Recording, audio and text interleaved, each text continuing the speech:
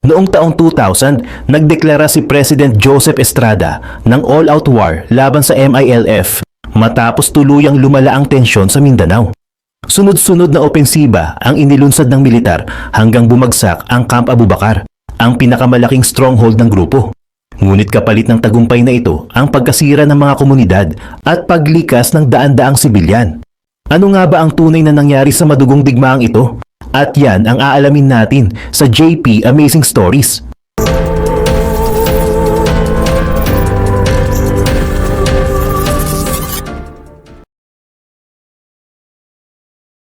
Bago pa man sumiklab ang matinding giyera noong taong 2000, may mas malalim at mahabang kasaysayan na ng armadong labanan sa Mindanao. Nagsimula ang lahat noong dekada 70 nang buuin ni Nur Miswari ang Moro National Liberation Front o MNLF. Binuo ito matapos ang controversial na Jabida Massacre noong 1968 kung saan maraming rebelding Moro ang nag-organisa upang ipaglaban ang isang independent state sa katimugang bahagi ng Pilipinas. Sa loob ng ilang taon, ang MNLF ang naging pangunahing boses at puwersa ng mga Muslim sa Timog na lumalaban sa gobyerno. Ngunit nagkaroon ng malaking pagbabago noong 1976 nang lagdaan ni Miswari at ng Philippine government ang Tripoli Agreement. Sa kasunduang ito, tinanggap ng MNLF ang alok na semi-autonomy para sa mga disputed regions sa halip na kumpletong kalayaan. Ang desisyong ito ay nagdulot ng matinding lamat sa loob ng organisasyon. Hindi lahat ng leader ay sumang-ayon sa naging hakbang ni Miswari. Isa sa mga pinakamataas na opisyal na pilit na tumutol ay si Salamat Hashim. Dahil sa hindi pagkakaintindihan sa layunin at ideolohiya, kumala si Hashim noong 1977 kasama ang kanyang mga taga-suporta. Pagdating ng year 1984, opisyal na itinatag ni Salamat Hashim ang Moro Islamic Liberation Front o MILF. Mas binigyang diin ng MILF ang pagpapatayo ng isang Bangsamoro Islamic State na nakabatay sa political at religious aspirations ng mga residente doon. Para sa kanila, hindi sapat ang semi-autonomy na iniaalok ng gobyerno. Lalo pang tumindi ang pananaw na ito noong 1996 nang lumagda ang MNLF at ang administrasyon ni President Fidel V. Ramos sa tinatawag na Final Peace Agreement na kalaunan ay nagbigay daan sa pagtatag ng Autonomous Region in Muslim Mindanao o ARMM. Dahil hindi kasama at ayaw sumali ng MILF sa kasunduang iyon, tuluyan nilang itinakwil ang ARMM bilang solusyon. Nanatili silang nakatayo sa kanilang sariling paniniwala at nagpatuloy sa hiwalay na armadong pakikibaka. Mula rito, nagsimula ang panibagong kabanata ng hidwaan sa Mindanao. Isang labanan na hindi na lang tungkol sa political autonomy, kundi sa mas malalim na usapin ng rehiyon, relihiyon at ang hindi matapos-tapos na giyera sa pagitan ng gobyerno at ng mga bagong umuusbong na rebelding grupo. Dahil sa pagtangging ito sa ARMM, ginamit ng MILF ang mga sumunod na taon sa ilalim ng administrasyon ni President Fidel V. Ramos upang palakasin ang kanilang sariling puwersa. Habang nakatutok ang gobyerno sa pagpapatupad ng peace agreement sa MNLF, dahan-dahang pinalawak ng MILF ang kanilang impluensya sa buong Central Mindanao. Nagsimula silang mag-recruit ng libu-libong mga bagong miyembro, mangolekta ng buwis sa mga negosyo at residente sa mga lugar na kontrolado nila at bumuo ng isang maayos na military structure. Sa panahong ito, nagtatag ang grupo ng humigit kumulang 46 na kampo sa iba't ibang bahagi ng rehiyon. Ngunit sa lahat ng mga ito, wala nang hihigit pa sa laki at kahalagahan ng Camp Abu Bakar as-Siddiqui. Ang Camp Abu Bakar ay hindi lang basta isang simpleng hideout ng mga rebelde. Ito ay naging isang napakalawak na teritoryo na may sariling pamayanan, mga pasilidad at sistema ng pamamahala. Sa loob nito, makakakita ka ng mga residential areas, mosque, mga paaralan at maging ang Bedis Military Academy kung saan formal na sinasanay ang kanilang mga combatants. Nagsilbi itong pangunahing headquarters at simbolo ng kapangyarihan ng MILF sa ilalim ng pamumuno ni Salamat Hashim at ng kanyang military commander na si Al-Hajj Murad Ibrahim. Kahit may mga formal na pag-uusap at ceasefire arrangements na sinimulan ng gobyerno noong huling bahagi ng dekada 90, ginamit ng MILF ang pagkakataong ito upang mas patibayin ang mga defensive positions ng kanilang mga kampo. Para sa mga militar at ilang government officials, ang pagkilala sa mga kampong ito sa mga pag-uusap ay nagbigay lamang sa grupo ng legal na espasyo upang mag-imbak ng mga armas at maghanda. Ang dating tahimik na pagpapalakas ng puwersa ay unti-unting naging malaking banta sa soberanya ng bansa na nag-iwan sa rehiyon sa isang napakasensitibong sitwasyon na anumang oras ay pwedeng sumabog. Ang napakasensitibong sitwasyong ito ay tuluyan nang sumabog nang pumasok ang year 2000 sa ilalim ng bagong administrasyon ni President Joseph Erap Estrada. Sa kabila ng mga patuloy na negosasyon at ultimatum ng gobyerno na makabuo ng kasunduan bago mag-June 30, lalong naging agresibo ang galaw ng MILF sa Central Mindanao. Sumiklab ang serye ng mga violent attacks, kabilang na ang matinding insidente sa Kauswagan, Lanao del Norte, kung saan ginawang human shields ng grupo ang mahigit 100 na sibilyan. Dahil sa mga kaganapang ito, tuluyan nang nawalan ng pasensya ang gobyerno. Para kay President Estrada, malinaw na wala ng respeto ang mga rebelde sa peace talks at sa mismong pamahalaan. Ayon sa kanya, ang ginagawa ng grupo ay tila asal barbariko na hindi na pwedeng palampasin pa sa pamamagitan ng paulit-ulit na diplomasya habang patuloy na naghihirap ang mga sibilyan. Kaya naman, noong March 21, 2000, ginawa ni President Estrada ang isang makasaysayang desisyon. Formal niyang idineklara ang all-out war laban sa MILF. Ang pangunahing utos sa Armed Forces of the Philippines, AFP, ay maging napakadiin at walang alinlangan. Kailangang bawiin ang kontrol sa mga pangunahing lansangan, palayain ang mga sinakop na bayan, at tuluyang durugin ang lahat ng kampo ng mga rebelde, partikular na ang kanilang pinakapuso at stronghold na Camp Abu Bakar.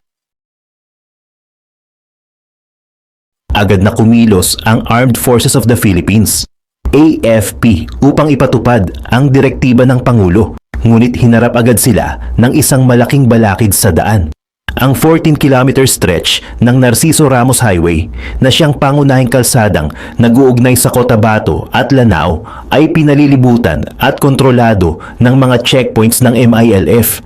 Ang pagkontrol na ito ng mga rebelde ay nagparalisa sa biyahe ng mga sibilyan, supply lines at maging ang galaw ng mga tropa ng gobyerno. Upang mabuksan ang vital artery na ito, inilunsad ng AFP 6th Infantry Division at 4th Infantry Division ang mga paunang operasyon tulad ng Operation Sovereign at Operation Audacity. Naging madugo at matindi ang palitan ng putok ng sugurin ng militar ang mga satellite defensive positions ng mga rebelde, kabilang na ang Camp Omap at Camp Bilal. Sa loob lamang ng ilang araw ng tuloy-tuloy na bakbakan gamit ang ground troops at heavy artillery, unti-unting napalayo ng militar ang may 500 fighters ng MILF mula sa highway. Ang tagumpay na ito sa Narciso Ramos Highway ang nagbukas ng daan para sa mas malaking opensiba. Bagamat formal na tinangka ng peace panels na maglabas ng aid memoir upang pahupain ang tensyon, wala nang nakapigil sa momentum ng militar. Sa pagkakalinis ng mga pangunahing daanan, naihanda na ng AFP ang kanilang linya ng supply at puwersa para sa susunod na pinakamalaking hamon, ang direktang pag-atake sa mga natitirang perimeter defenses na nagpoprotekta sa Camp Abu Bakar. Habang nakalinya na ang mga tropa para sa malawakang opensiba, sinimulan ng AFP ang maingat na pagtatanggal sa mga natitirang perimeter defenses ng MILF. Hindi agad dinalsa ng militar ang buong puwersa sa gitna ng Camp Abu Bakar. Sa halip, inilunsad nila ang Operation Grand Sweeper at Operation Supreme upang isa-isang durugin ang mga nakapaligid na satellite camps. Ang layunin ng estratehiyang ito ay simple ngunit matindi. Putulin ang lahat ng supply routes, communication lines at posibleng daanan ng reinforcement ng mga rebelde. Naging sentro ng matitinding labanan ang mga lugar tulad ng Matanog, Carmen at Kauswagan. Sa Battle of Matanog, nakasagupa ng 6th Infantry Division ang humigit kumulang 1,000 fighters ng MILF sa isang napakatinding bakbakan. Kasabay nito, tinarget din ng militar ang Camp Busra, ang pangalawang pinakamalaking kampo ng grupo na pinaniwalaang may hawak na 800 combatants. Ngunit nang makapasok ang mga tropa sa Camp Busra, Matapos ang sunod-sunod na bombardment, tumambad sa kanila ang isang abandonadong pasilidad dahil mabilis na umatras ang mga rebelde patungo sa mismong sentro ng kanilang headquarters. Dahil sa pagbagsak ng mga panlabas na depensa, naiwan ang MILF na sarado ang mga pinto at nakakulong sa kanilang pangunahing teritoryo. Pinagsama ng AFP ang lakas ng 1st, 4th at 6th Infantry Divisions kasama ang Philippine Marines upang palibutan ang perimeter ng Camp Abu Bakar. Nakahanda na ang mga gamit na 105mm howitzers, armored vehicles at mga eroplano ng Philippine Air Force para sa huling yugto ng kampanya. Wala nang iba pang pupuntahan ang labanan kundi ang pinal at pinakamadugong pagsubok sa mismong puso ng balwarte ng mga rebelde. Sa pagsapit ng July 1, 2000, formal nang inilunsad ng AFP ang pinakahihintay at pinakamalaking yugto ng all-out war, ang Operation Terminal Velocity. Ang puntirya ay ang mismong puso ng MILF headquarters, isang napakalawak na teritoryo na hindi lamang basta militar na pasilidad, kundi may sariling mga komunidad, mga paaralan at mga matitibay na bunker. Upang sirain ang matitinding depensang ito, sinimulan ng militar ang 3 araw na walang humpay na bombardment sa mga pangunahing target sa loob ng kampo. Pinaulanan ng heavy artillery fire gamit ang mga 105mm howitzers ang mga pinaghihinalaang command posts at communication facilities ng mga rebelde. Kasabay nito, naglunsad ng strategic airstrikes ang Philippine Air Force gamit ang kanilang mga OV-10 Bronco aircraft at ang mga Northrop F-5 supersonic aircraft na nagbagsak ng mga 750-pound bombs sa mga strategic locations. Ang matinding aerial at ground bombardment na ito ay nagdulot ng malaking pinsala sa mga communication system at bunker networks ng MILF na naging dahilan upang maging hilong-talilong ang kanilang command structure. Habang nagpapatuloy ang usok at pagsubok mula sa mga bomba, sinimulan na ng ground forces ang sabay-sabay na pag-atake mula sa magkakaibang direksyon. Ang 6th Infantry Division ay mabilis na umabante mula sa timog na bahagi ng kampo. Samantalang ang 4th Infantry Division naman ang nagtulak mula sa kanluran. Sa suporta ng 1st Infantry Division bilang reserve force, layunin ng organisadong paglusob na ito na hatiin ang natitirang puwersa ng mga rebelde at tuluyang pumasok sa mga pangunahing lagusan ng Camp Abu Bakar. Sa kabila ng usok at gumuhong lupa mula sa mga airstrikes, dahan-dahang pumasok ang mga sundalo at Philippine Marines sa mga pangunahing lagusan ng teritoryo. Narating ng Marines ang tinatawag na Stainless Gate sa Camp Sarmiento, kung saan hinarap nila ang matitinding bunkers at sniper positions ng mga rebelde. Habang maingat na naglalakad sa mga kalsada, kailangan ding maging alerto ng mga tropa dahil sa banta ng mga nakatagong landmines at booby traps na inilagay ng umaatras na kalaban. Habang unti-unting nakokontrol ng militar ang bawat sektor, pinalibutan ng 4th Infantry Division ang Objective Onyx at ang Bedis Military Academy. Dito tumambad ang mga nasusunog na gusali, abandonadong tindahan at mga naiwang armas at bala na hindi na naisama ng mga fighters sa kanilang mabilis na pagtakas. Sa gitna ng kaguluhan, may mga pagkakataon pa ring ipinapakita ang husay at leksyon ng giyera, tulad ng isang sugatang MILF fighter na nakuha sa gitna ng labanan na agad namang binigyan ng paunang lunas at medical treatment ng mga medik ng militar. Matapos ang halos 7 araw ng tuloy-tuloy at matinding bakbakan, tuluyang napasok ng government troops ang pinakapuso ng kampo. Umakyat ang mga sundalo sa roof deck ng isa sa mga pangunahing gusali ng Military Academy at ibinaba ang bandila ng MILF upang palitan ito ng watawat ng Pilipinas. Ngunit sa kabila ng tagumpay na ito, nakalabas at nakapuslit na pala sa tulong ng mga line passes pabalik sa kagubatan. Sina Salamat Hashim at Al-Haj Murad Ibrahim patungong Malaysia, kaya't ang mismong headquarters lamang at hindi ang buong liderato ng grupo ang nabihag ng gobyerno. Noong July 10, 2000, 3 araw matapos maitaas ang watawat ng Pilipinas, personal na lumipad si Pangulong Joseph Estrada patungo sa mismong sentro ng nakuhang kampo. Sinalubong siya ng libo-libong mga sundalo habang formal niyang ibinaba ang natitirang mga simbolo ng rebelding grupo. Upang ipagdiwang ang itinuturing na pinakamalaking tagumpay ng all-out war, nagdala si Erap ng napakaraming lechon at mga inuming pampalakas loob para sa mga tropa na nakipaglaban ng ilang linggo. Ngunit ang selebrasyong ito sa loob ng dating teritoryo ng mga rebelde ay mabilis na nagdulot ng matinding kontrobersya. Para sa mga devoted Muslims, ang pagdadala at pagkain ng baboy at pag-inom ng alak sa isang lugar na itinuturing nilang sagrado at may mga mosque ay isang malaking pambabastos sa kanilang relihiyon at kultura. Maging ang Catholic Church at ilang civil society groups ay nagpahayag din ng pagkondena sa naging aksyon ng Pangulo na ayon sa kanila ay lalo lamang nagpalalim sa lamat sa pagitan ng gobyerno at ng mga mamamayang Muslim sa Mindanao. Sa kabila ng mga batikos, idineklara ng pamahalaan na ang buong Camp Abu Bakar ay opisyal ng ginagawang military reservation. Agad na itinalaga rito ang headquarters ng Philippine Army 6th Infantry Division at 3rd Infantry Brigade upang matiyak na hindi na muling mababawi ng mga rebelde ang lugar. Sa pananaw ng gobyerno, isang malaking tagumpay ang operasyon kung saan 8 sundalo lamang ang opisyal na nasawi at 37 ang sugatan. Ngunit mula sa panig ng MILF spokesperson na si Aid Cabalu, malinaw ang kanilang mensahe sa publiko. Isang maliit na teritoryo lamang ang nakuha ng militar at ang pagkawala ng kampo ay hindi kailanman nangangahulugan ng pagtatapos ng kanilang ipinaglalaban. Habang ipinagdiriwang ng gobyerno ang pagkakuha sa mga kampo at iginigiit naman ng MILF na hindi pa tapos ang kanilang laban, ang tunay na matinding pinsala ng giyera ay bumagsak sa mga ordinaryong mamamayan ng Mindanao. Sa likod ng mga military victory at mga political statements, pumasok ang rehiyon sa isa sa pinakamalalang humanitarian crisis sa kasaysayan nito. Ayon sa mga opisyal na datos, ang all-out war noong 2000 ay nagbunga ng mahigit 200,000 hanggang 500,000 na displaced civilians o mga tinaguriang bakwit. Ang mga pamilyang ito ay napilitang iwanan ang kanilang mga tahanan, sakahan at kabuhayan upang tumakas mula sa walang humpay na artillery fire at airstrikes.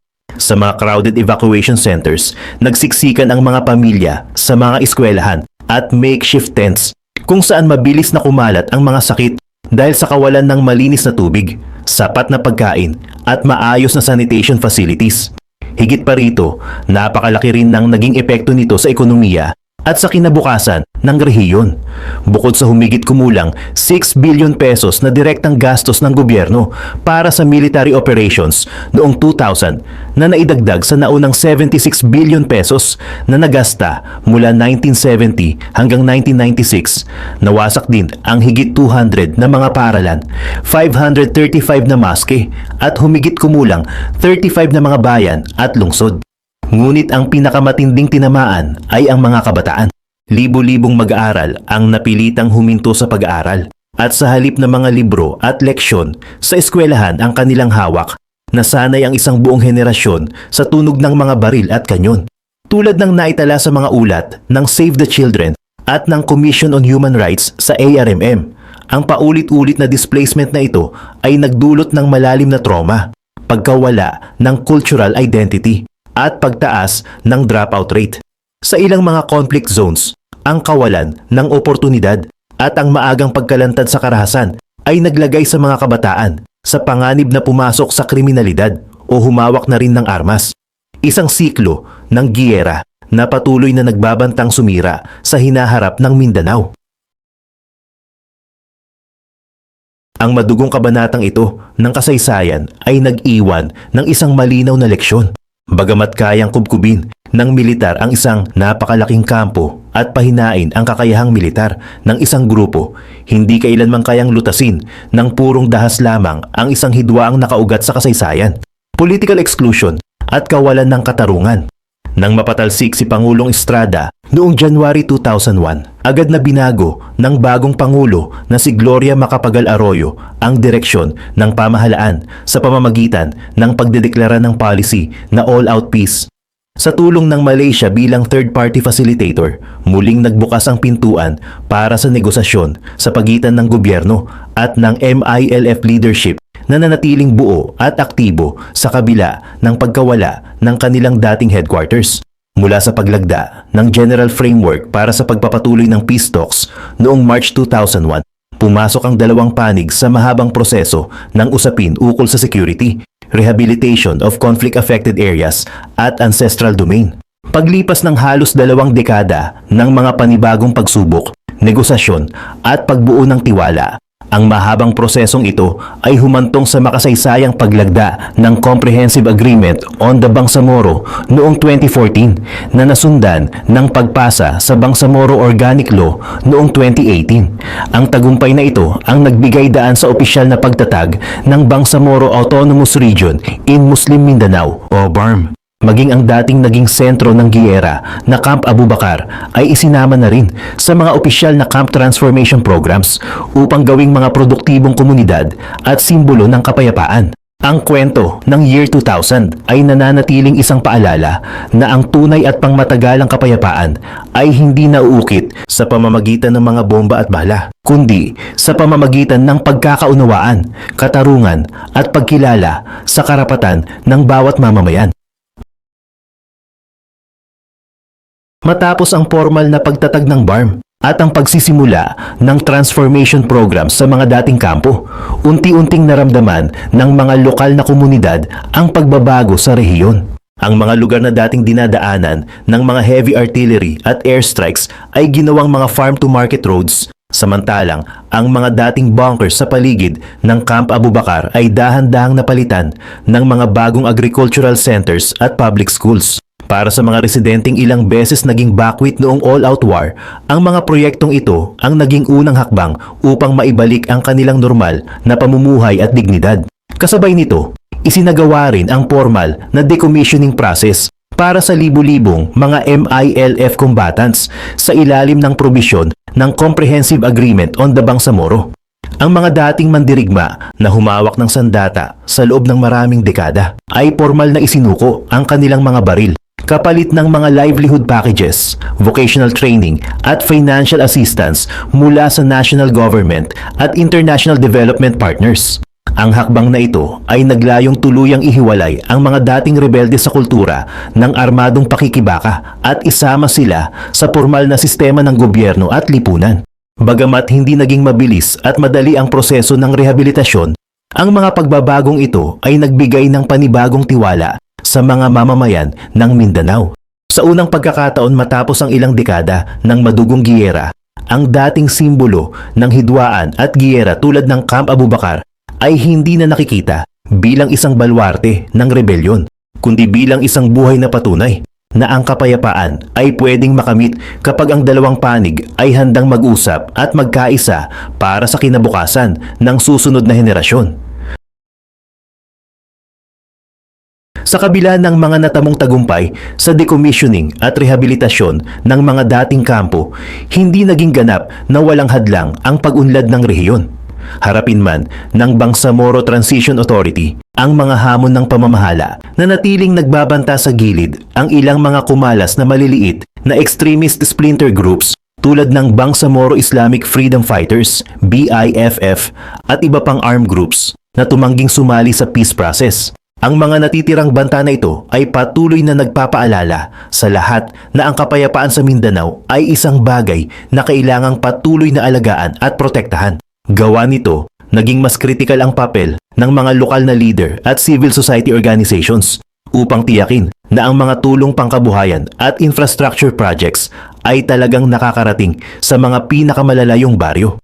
Ang pagbibigay ng sapat na edukasyon sa mga kabataan at ang paglikha ng mga lokal na oportunidad sa trabaho ang naging pangunahing depensa laban sa muling pagdami ng mga sumasapi sa mga armadong grupo. Sa pamamagitan ng pagbuo ng mas matatag na mga institusyon at pagpapalakas ng lokal na ekonomiya, unti-unting nababawasan ang mga lumang dahilan ng hidwaan sa rehiyon. Sa huli, ang buong paglalakbay mula sa madugong all-out war noong 2000 hanggang sa kasalukuyang pamamahala sa BARM ay nagiiwan ng isang napakalaking aral sa bansa. Ang kwento ng Camp Abu Bakar mula sa pagiging isang matibay na balwarte ng revolusyon sa pagiging battleground ng malupit na digmaan at sa huli ay pagiging simbolo ng rehabilitasyon at pag-asa ay patunay na ang tunay na tagumpay ay hindi nasusukat sa dami ng kampong na agaw o bombang na ibagsak. Ang tunay na tagumpay ay ang kakayahang maghilom mula sa sugat ng nakaraan at bumuo ng isang bukas kung saan wala ng batang Mindanawon ang gigising sa tunog ng baril.